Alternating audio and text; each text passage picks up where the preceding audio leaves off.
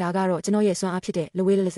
Heaven Store ပဲဖြစ်ပါတယ်ဒီစွမ်းအားကလူတွေရဲ့မှတ်ဉာဏ်တွေကိုဖတ်ရှုနိုင်တယ်လို့သူတို့ရဲ့အပြုအမူနဲ့အတွေးခေါ်တွေကိုပါစိတ်ကြိုက်ပြောင်းလဲပြစ်နိုင်စွမ်းရှိပါတယ်တရက်မှာတော့ကျွန်တော်တခါမှမမြင်ဘူးတဲ့ထူးဆန်းတဲ့တတဝါဆန်းတစ်ခုကိုရှာဖွေတွေ့ရှိခဲ့ပါတယ်အဲ့ဒါကတော့တာရို Z လို့ခေါ်တဲ့မန်ဂါကာတွန်းဆရာတယောက်ရဲ့မှတ်ဉာဏ်တွေထဲကနေရောက်လာတာပါအစောပိုင်းတုန်းကတာရိုဟာမန်ဂါလောကမှာပြောခွင့်မရှိတဲ့တာမစ်စကားလုံးဖြစ်တဲ့ကူဂါဂါယာလက်ခေချီအကြောင်းကိုပြောခဲ့ပါသေးတယ်အဲ့ဒီချိန်တုန်းကတော့ကျွန်တော်လည်းသိပြီးအာယုံထားမိခဲ့ပါဘူးဒါပေမဲ့နောက်ပိုင်းမှာတာရိုဟာအဲ့ဒီစကားလုံးရဲ့မြစ်ဖျားခံရတဲ့အဓိပ္ပာယ်ကိုရှာဖွေဖို့အသေးလဲဆွဲလန်းလာပါတော့တယ်အဲ့ဒီရာကြောင့်ပဲသူဟာထမင်းမစားရေမတောက်ဖြစ်လာတဲ့အပြင်စာအုပ်ဆိုင်ပိုင်ရှင်ကိုပါသွားပြီးခဏခဏနှောက်ယှက်နေခဲ့ပါတယ်အကယ်၍ဆိုင်ပိုင်ရှင်ကသာသူ့ကိုမကူညီဘူးဆိုရင်ဆိုင်ပိုင်ရှင်ရဲ့စံပင်တွေကိုဆွဲနှုတ်ပစ်မယ်လို့ပါချင်းချောက်ခဲ့တာပါဂိုင်ကောင်းလို့ကျွန်တော်အချိန်မီတားဆီးနိုင်ခဲ့လို့သာဆိုင်ပိုင်ရှင်ခမများတိတ်ခါမပြတ်ပဲစံပင်တွေဘေးကင်းခဲ့ရပါတယ်မိမိထက်ငယ်တဲ့လုပ်ဖို့ဂိုင်ဖက်တစ်ယောက်ကိုစိတ်ပူတာနဲ့ပဲကျွန်တော်သူငယ်ချင်းကိုအိမ်ထိလိုက်ပို့ပေးခဲ့ပါတယ်ဒါပေမဲ့အိမ်ထဲရောက်တဲ့အခါမှာတော့အိမ်တဲ့အိမ်လုံး profile ဖြစ်နေတာကိုတွေ့လိုက်ရပါတယ်အမှန်တော့တာရိုဟာအဲ့ဒီကူဂါဂါယာဆိုတဲ့အဓိပ္ပာယ်ကိုဖော်ဖို့စူးစမ်းရင်းနဲ့ထမင်းမစားရတာ၃ရက်တောင်ရှိနေပြီဖြစ်လို့ပါပဲသူတခါမှမဖတ်ဖူးသေးတဲ့စာအုပ်မှန်သမျှကသူ့ကိုယူသွတ်သွားစေလောက်တဲ့အထိတွေးယူသွတ်ပိတ်ဖြစ်စေခဲ့ပါတယ်ကျွန်တော်ကတော့ဒါဟာသူ့ရဲ့ဆရာတစ်ခုပဲလို့ရိုးရိုးရှင်းရှင်းပဲထင်လိုက်ပြီးသူ့အတွက်စကရေစေး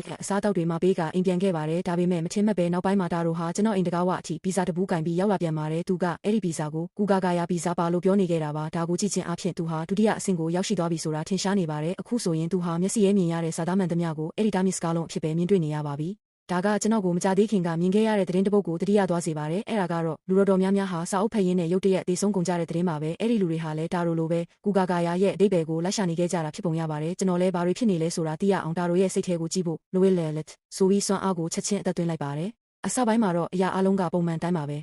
ဒါပေမဲ့ရုတ်တရက်ဆိုသလိုစာမျက်နှာတွေပေါ်မှာထူးဆန်းတဲ့အမဲရောင်အရာဝတ္ထုတစ်ခုပေါ်လာပါတယ်။အဲ့ဒီအရာကတက်ရှိတစ်ခုလိုလှုပ်ရှားနေတာပါကျွန်တော်ရဲ့အဲ့ဒီအရာကိုဘယ်လိုကင်တွယ်ရမလဲလို့စဉ်းစားနေအောင်ပါပဲထိုမဲရောင်တတဝါဆန်းကနေထူးဆန်းတဲ့အတန်နဲ့ကြီးထွက်ပေါ်လာပါတယ်။အဲ့ဒီလိုကြောက်မက်ဖွယ်ကောင်းတဲ့အတန်ဆန်းကြောင့်ကျွန်တော်ကိုယ်တိုင်တောင်လန့်ဖြတ်သွားခဲ့ရပါတယ်။ကျွန်တော်လည်းချက်ချင်းပဲတာရိုရဲ့စိတ်ထဲမှာကူဂါဂါယာဆိုတဲ့စကားလုံးကိုမေ့ပစ်ဖို့အမိန့်စာသားရေးလိုက်ပါတယ်ဒါပေမဲ့အဲ့ဒီတတဝါဆန်းမှာမတည်နိုင်တဲ့ဆန်းအားရှိနေပုံရပြီးကျွန်တော်ရဲ့အမိန့်စာသားကိုအာနိသင်လုံးဝပြည့်ပြည့်သွားအောင်လုပ်ပစ်ခဲ့ပါတယ်ဒါပေမဲ့ကံကောင်းစွာနဲ့ပဲကျွန်တော်နောက်ထပ်ဖြည့်ရှင်းတဲ့တစ်ခုကိုချက်ချင်းစဉ်းစားမိသွားပါတယ်အဲ့ဒီအရာကိုတိုက်ရိုက်တိုက်ခိုက်လို့မရတဲ့အတွက်ကြောင့်တာရိုကိုလွန်ခဲ့တဲ့လာစာမညံတွေအားလုံးမေ့ကျစ်လိုက်ဖို့အမိန့်စာသားပြောင်းရေးလိုက်ပါတယ်ဒီတစ်ခါတော့အောင်မြင်သွားခဲ့ပါတယ်တာရိုနိုးလာတဲ့အချိန်မှာပုံမှန်တိုင်းရန်ဖြစ်သွားခဲ့ပေမဲ့အခြေအနေကတော့ပြီးဆုံးသွားခြင်းမရှိသေးပါဘူးဒီတာမစ်စကားလုံးဟာမြင်ုံကြားယုံနဲ့တင် bias လိုမျိုးကူးဆက်ပြန်ပွားနိုင်လို့ပါပဲစာအုပ်ဆိုင်ပိုင်ရှင်လည်း bias ကူးဆက်ခံလိုက်ရပါပြီဒါကြောင့်ကျွန်တော်လည်းအဲ့ဒီနေလန်းကိုပဲသုံးပြီးဆိုင်ပိုင်ရှင်ရဲ့လက်တလုံးမှတ်ဉာဏ်တွေကိုဖျက်ပစ်ခဲ့ရပါတယ်ဒါပေမဲ့ကျွန်တော်ကတင်နိုင်တဲ့လူဦးရေကအကန့်အသတ်ရှိနေပါတယ်အခုအချိန်မှာလူပဲနှစ်ယောက်တောင် bias ကူးဆက်ခံနေရပြီလဲဆိုတာကျွန်တော်မခံမှန်းနိုင်တော့ပါဘူးပိုပြီးဆိုးဝါးသွားတာကတော့အဲ့ဒီတာမစ်စကားလုံးကိုကျွန်တော်ကိုယ်တိုင်လည်းကြားလိုက်ရတာပါပဲအခုအချိန်မှာတော့ကျွန်တော်အနေနဲ့အဲ့ဒီအကြောင်းကိုဆက်ပြီးစုံစမ်းခြင်းနဲ့စိတ်ဆန္ဒကိုပဲအောင်အေးသေးခံပြီးထိန်းချုပ်ထားရပါတော့တယ်အကြောင်းကတော့အချိန်လေးကုန်လွန်သွားတာနဲ့အမျှလူတိုင်းကူးဆက်ခံရတော့မှမို့လို့ပါပဲ